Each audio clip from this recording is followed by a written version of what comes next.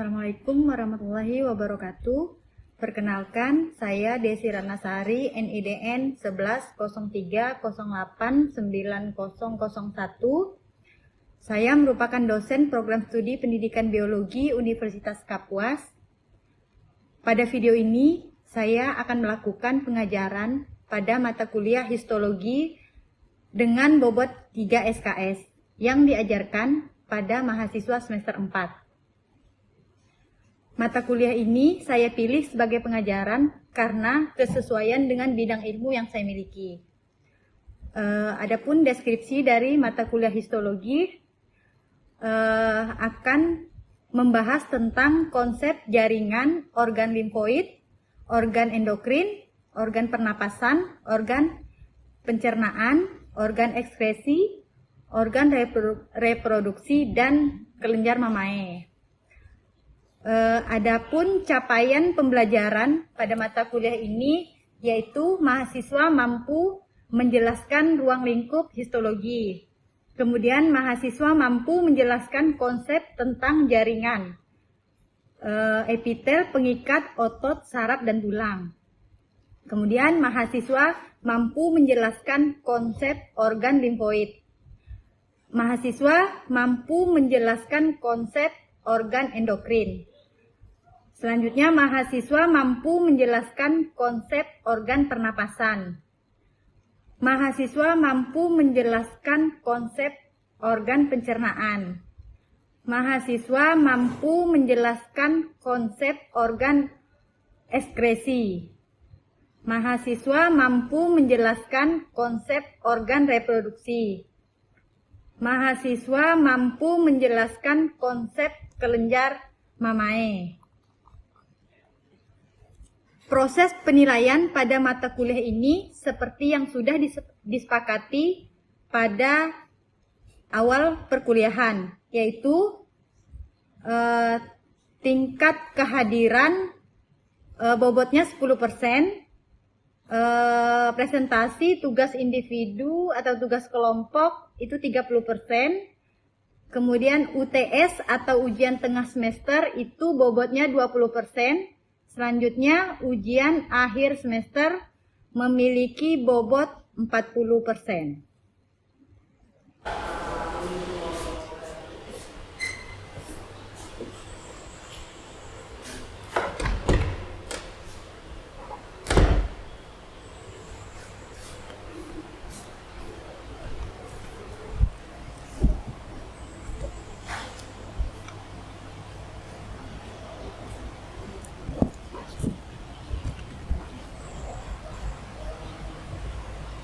Oke,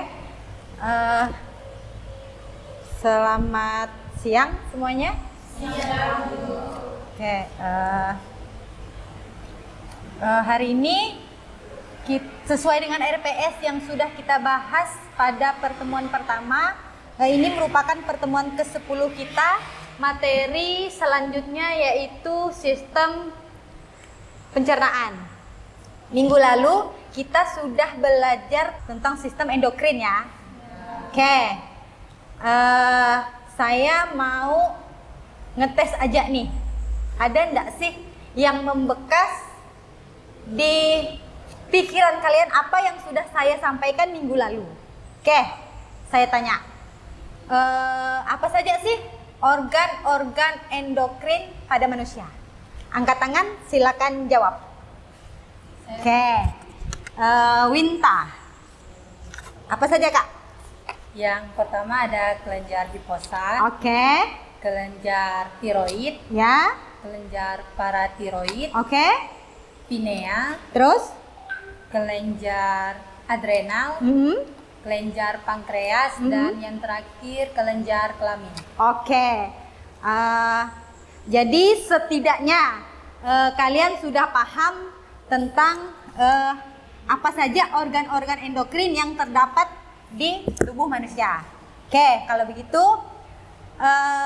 minggu ini kita akan melanjutkan ke sistem pernapasan. Ada yang tahu apa sih itu pernapasan? Bebas, enggak apa-apa. Ada yang tahu enggak? Sepintas, sepintas aja. Kalian bernapas dong? Oke. Belum ada yang tahu atau udah pernah dengar atau malu? Oke. Oke, tempat pertukaran karbon dioksida dan oksigen. Oke, betul. Ada lagi? Ada lagi enggak? Betul enggak jawaban kawannya? Oke, betul ya. Mari kita lihat. Ini. Pernapasan yaitu proses pertukaran gas oksigen dan karbon dioksida dalam tubuh organisme. Apa sih fungsi dari pernapasan itu sendiri? Ini, dia mensuplai oksigen ke dalam sel-sel jaringan tubuh, kemudian mengeluarkan tadi yang disebut dengan CO2 atau yang lebih kita kenal dengan karbon dioksida sebagai hasil dari proses respirasi tersebut sehingga menghasilkan energi. Good. Ini pernapasan ada 2 jenis. Pernah dengar? Pernapasan internal dan pernapasan eksternal. Oke, apa itu pernapasan internal?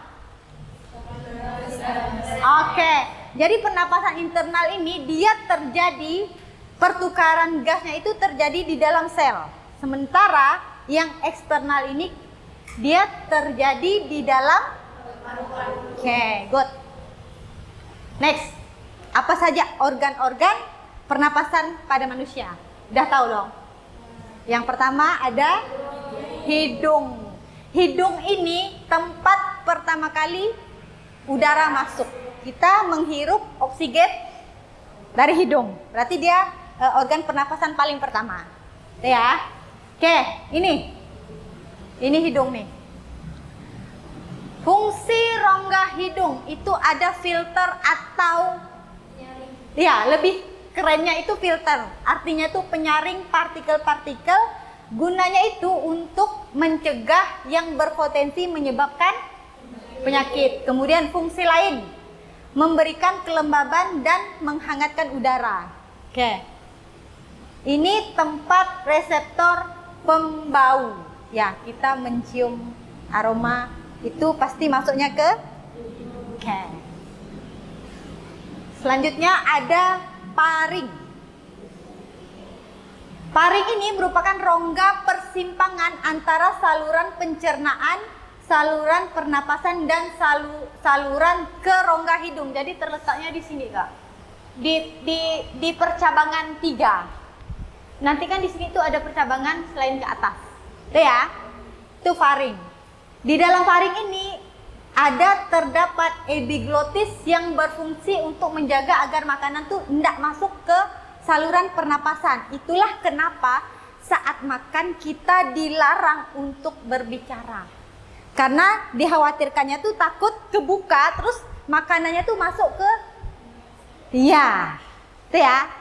Oke, kalau bisa lagi makan nggak usah bicara karena takut kesedak jatuhnya ya. Oke, selanjutnya ada laring. Pada bagian ini ditemukan pita suara yang berfungsi untuk memberi warna suara pada manusia. Letaknya di sini. Faring. Oke. Next, ada trakea. Trakea itu letaknya di dalam kerongkongan sini. Ya, ini terdiri dari 3 lapisan. Ada epitel, bersilia dan berlendir, kemudian yang merupakan lapisan paling dalam. Lapisan tulang rawan berupa cincin tulang rawan, kemudian di bagian tengahnya dan lapisan terluarnya ada jaringan ikat. Letaknya di sini, dia berongga-rongga. Trakea. Selanjutnya ada bronkus. Ini percabangan di dalam trakea. Nanti di dalam bronkus ini terdapat bronkiolus. Ya. Oke, nih. Ini merupakan cabang dari bronkus yang berujung pada saluran alveolus. Jadi bronkus ini bercabang lagi di dalam apa tadi ini? Di dalam bronkus ini ada dan ada ini juga alveolus ya. Dinding alveolus sangat tipis dan elastis, berbentuk pita bola. Pada permukaannya banyak terdapat pembuluh kapiler, fungsinya sebagai tempat pertukaran gas. Jadi di dalam bronkus tadi ada bronkiolus dan ada Oke. Ini tadi yang saya maksud, organ-organ pernapasan baru sampai sini. Oke, selanjutnya nih ada paru-paru. Paru-paru juga merupakan organ. Oke, nih organ pernapasan ini yang paling utama ya, manusia. Kalau hewan, ikan, ya. Kalau kita paru-paru. Oke, ini paru-paru dibungkus oleh selaput pleura. Kemudian paru-paru itu ada dua ya, ada bagian kiri dan bagian kanan. Bagian kanan itu dia lebih besar karena dia terdiri dari tiga belahan gitu ya. Ada atas, tengah, bawah. Sementara yang bagian kiri itu lebih kecil dibandingkan dengan yang karena dia hanya terdiri dari dua lobus. Ini tadi, ini sebelah sini agak besar karena dia ada tiga tadi ya. Yang ini cuma hanya dua. Oke, ini paru-paru kita, gambaran paru-paru kita. Oke, ini kapasitas dari paru-paru. Volumenya itu volume udara keluar dan masuk pada pernapasan normal 500 ml. Kemudian ada volume cadangan inspirasinya sebesar 3000 ml. Ada volume cadangan ekspirasinya itu sebesar 1000 ml.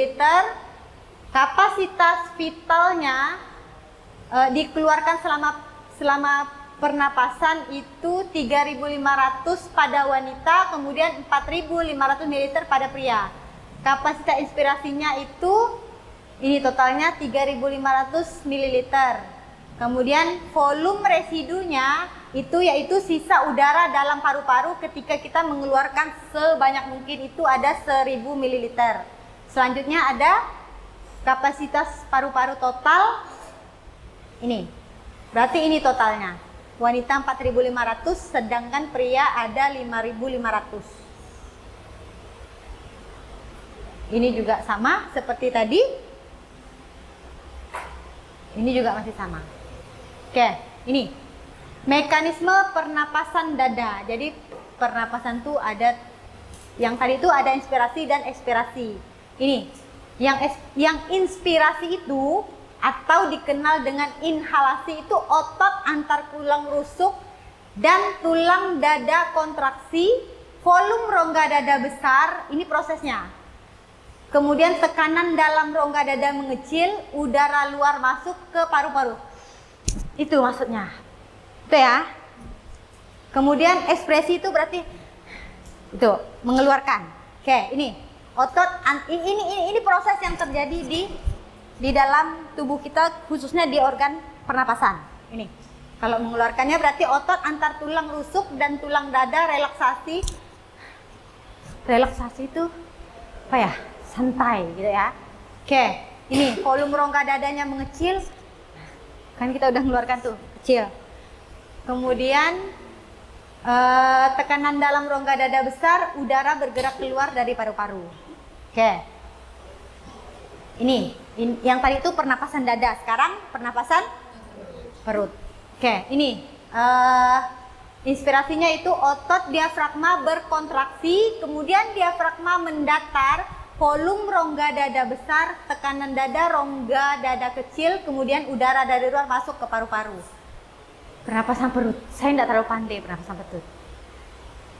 Oke, selanjutnya ada ekspirasi atau yang disebut dengan bahasa lainnya yaitu eksalasi, yaitu otot diafragma relaksasi, diafragma melengkung ke atas, volume rongga dada mengecil, tekanan dalam rongga dada besar, udara keluar meninggalkan paru-paru. Agak susah dibayangkan.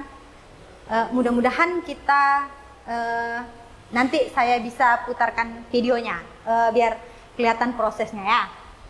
Oke, kalau ini agak susah kita membayangkan. Ini tadi yang saya jelaskan, ini mekanisme pernapasan dada, kemudian ini mekanisme pernapasan perut. Ini diafragmanya, kalau dada lebih ke bawah dia, kalau perut ke atas. Ini yang kedua tadi. Oke. Apa saja sih yang mempengaruhi organ-organ pernapasan? Yang pertama umur. Jadi ini, bayi dan balita itu frekuensi bernapasnya lebih banyak dibandingkan dengan orang dewasa. Jadi kalau kita lihat bayi, apalagi kalau tidur itu gitu dia Kak, tapi bukan sesak. Ya, itu memang ya itu tadi frekuensi mereka bernapas tuh memang lebih banyak dibandingkan dengan kita. Ya, maksudnya kita yang sudah dewasa. Ya. Bayi dan balita volume paru-parunya relatif kecil dan tubuh sedang berkembang sehingga membutuhkan banyak oksigen. Itulah penyebabnya kenapa tadi bernapasnya itu lebih banyak karena ini paru-parunya masih kecil. Ya, belum sebesar kita. Kalau dewasa itu paru-paru itu kalau saya tidak salah volumenya itu kurang lebih 2 kilo. Ya. Oke, ini usia tua, degenerasi otot-otot pernapasan dan elastisitas jaringan menurun. Kekuatan otot-otot pernapasan berkurang, kemampuan menghirup udara berkurang. Ya, kalau kita lihat kadang-kadang orang tua nafasnya aja sudah agak tersendat-sendat. Ya, itu tadi faktor umur. Ya, nih. Karena ini tadi banyak alveoli paru-paru yang rusak, kemudian sudah banyak yang tidak berfungsi. Ya inilah akibatnya terjadi pengerasan pada dinding alveolinya. Itulah kenapa ya tadi orang tua tuh lebih sering tersengah. Iya, agak susah lah kita lihat dia nafasnya. Oke. Ini juga ternyata juga dipengaruhi oleh jenis kelamin. Wanita pada umumnya tuh volume paru-parunya lebih kecil daripada pria sehingga frekuensi bernapasnya lebih banyak. Nah ya, ternyata wanita tuh bernapasnya lebih banyak dibanding dengan laki-laki ya. Ini dipengaruhi karena volume paru-paru wanita perempuan dan laki-laki itu volumenya agak berbeda. Oke, kemudian aktivitas. Semakin cepat tubuh beraktivitas, semakin cepat pula frekuensi bernapas. Contohnya olahraga. Kan kalau kita olahraga capek, ngos-ngosan. Ya kan? Nih, olahraga akan menaikkan frekuensi bernapas. Semakin banyak otot bekerja, semakin banyak pula oksigen yang dibutuhkan. Kan capek ya kita olahraga, otot capek, jadi semakin banyak kita hirup oksigen. Ya. Kemudian suhu tubuh, posisi tubuh juga. Oke. Apa saja gangguan pada sistem pernapasan? Ini diantaranya flu ya, sering kita dengar flu. Penyakit yang disebabkan oleh virus influenza, gejala pilek, hidung tersumbat, bersin-bersin, dan tenggorokan gatal. Jadi flu itu merupakan gangguan pada sistem pernapasan. Oke, apalagi asma. Asma tuh yang umumnya kita kenal dengan apa? Sesak nafas biasanya ya. Sesak nafas. Nih, penyakit penyumbatan. Ternyata asma itu merupakan penyumbatan saluran pernapasan yang disebabkan oleh nih alergi rambut, bulu, biasanya bulu kucing. Biasanya kalau orang asma tuh bukan boleh ya, disarankan untuk jangan pelihara binatang-binatang yang berbulu kayak kucing. Saya enggak tahu kalau guguk. Guguk kayaknya agak tipis mungkin bulunya. Enggak tahu lah guguk-guguk yang itu ya, yang tebal-tebal bulunya itu. Oke, ini saya taunya kucing. Itu bukan dilarang tapi tidak disarankan. Oke, nih atau tekanan psikologis. Ini contohnya apa? Tekanan psikologis, stres. Ya, itu juga bisa menyebabkan asma. Bukan hanya alergi dan bulu dan debu, ternyata stres juga bisa menyebabkan asma. Oke. Selanjutnya ada tuberkulosis. Apa yang biasa kita kenal dengan TBC. Ya. Nih, penyakit paru-paru yang diakibatkan serangan bakteri Mycobacterium tuberculosis sehingga difusi oksigen menjadi sulit dikarenakan adanya bintil-bintil atau peradangan pada dinding alveolus paru-paru. Itu yang menyebabkan TBC. TBC itu menular, ya lewat udara, kayak gitu. Bukan, tapi dia bisa sembuh kok. Kalau saya tidak salah, pengobatannya itu minum obat berturut-turut, saya lupa 3 bulan atau 6 bulan. Gitu ya, dan tidak boleh putus-putus. Gitu ya, dia menular tapi bisa disembuhkan. Oke. Ada yang TBC di sini. Oke, Gus, ya. Selanjutnya, sinusitis. Ada yang pernah dengar sinusitis? Kan lagi viral tuh si artis mahal ini katanya operasi hidung karena sinusitis. Itu enggak benar. Ya. Oke, ini. Peradangan pada sinus yang di dalamnya terkumpul nanah. Sinusitis tuh di sini ya, di dalam hidung. Oke.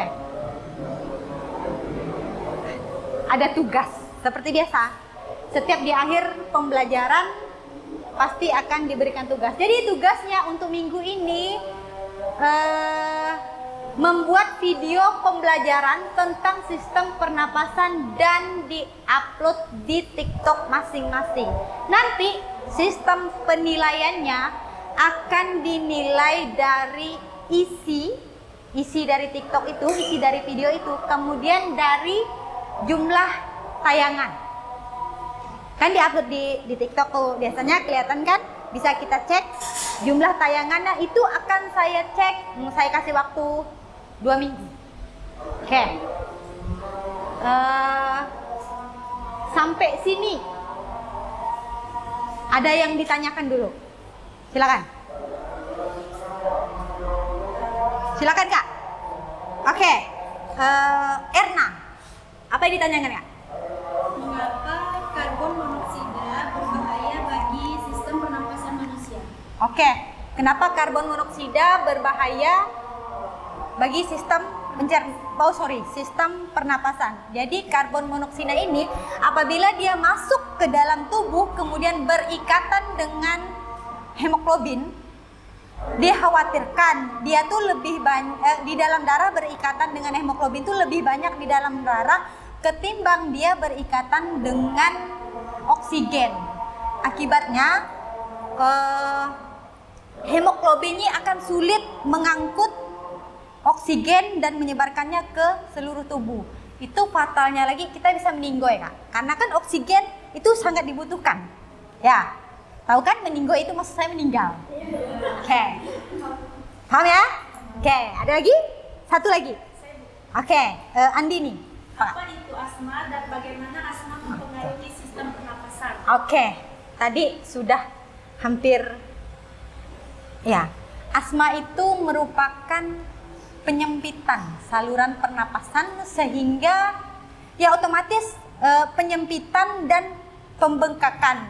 Akibat dari penyempitan dan pembengkakan itu sudah pasti saluran pernapasan kita itu terganggu gitu. Dah. Oke. Cukup? Oke. Pembelajaran hari ini saya tutup. Cukup sampai di sini. Kita ketemu minggu depan di materi sistem pencernaan. Terima kasih atas perhatiannya. Saya tutup dengan Assalamualaikum warahmatullahi wabarakatuh. Selamat siang.